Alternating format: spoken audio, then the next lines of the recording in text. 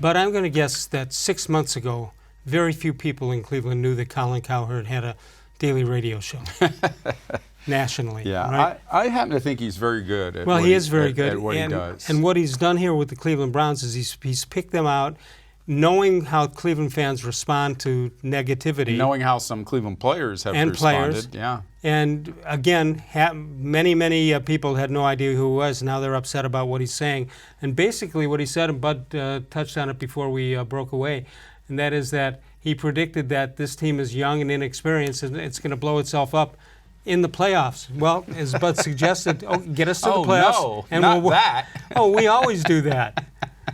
You know, when you figure the last time they were in the playoffs, it's hard to say how history is doing. You know, it's not really going out on a limb, is it, to say that a young team that makes the playoffs for the first time might not go as far as they would once they get some more experience. So if they make it to the playoffs with a rookie head coach, with 2 new coordinators, with a lot of new players on offense, several new players on defense, it'll be a real feather in their cap regardless of what happens once they get there. And the reality of that is, hopefully not too many Browns fans are going to be disappointed if they don't win the Super Bowl, because that doesn't seem to be in the plans here in the first year of John Dorsey. And I would first say year this. Of freddie-kitchens. I go back and look at those first 8 games. They're pretty challenging. Yeah. I mean, there's a very good chance. I would just caution that if people think they're going to be 6-2 halfway through the season, it's probably not going to happen that way. You mean based on the schedule? Yeah. I mean, we're talking about Sunday night game, Monday night game. But they're not an Patriots. They're not an automatic loss though in the schedule game. No, not at all. But you got the Patriots, you got Seattle, you got to go to Denver, you have at San Francisco. In the second half of the season is when you get the Bengals 2 out of 3 games. Arizona is in that mix. Baltimore at home. And you should be better by that time. Yeah, and you would think, and barring any injuries to real players they're counting on. The other thing is, if it bothers you that Colin Cowherd has said whatever he said, you've fallen into his trap. He set the trap and you've been baited. Yeah, and let's face it, Odell-Beckham and Baker-Mayfield to a larger extent have allowed themselves to be baited, because they're keeping alive the whole conversation by responding to Cowherd when all it is somebody's opinion on a radio show. Right, and you're into the Twitter and all that stuff.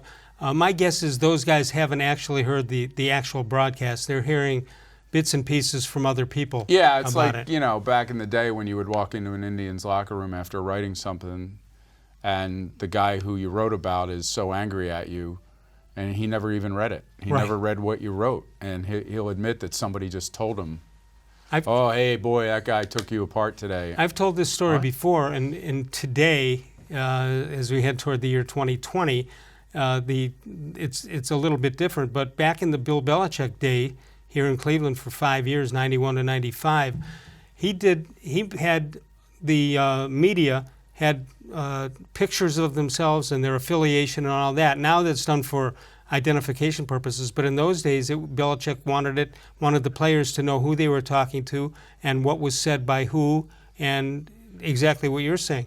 If you didn't hear it from them, or if you didn't directly read it or hear it on the radio or television, start from the beginning. Yeah, it only makes sense. So I'm not surprised by any of this. I was a little surprised that Baker-Mayfield allowed himself to get, I don't want to say embroiled, but to get into that whole Cowherd thing. And he showed it again, I think, with the Duke Johnson thing in minicamp, where he felt the need to comment on some guy's trade requests. Yeah, but didn't he think that's what a leader does? I don't know. I mean, I think maybe the leader takes the guy aside privately and says, "Hey, we need you on this train. Right. Are you going to be on this train or not?"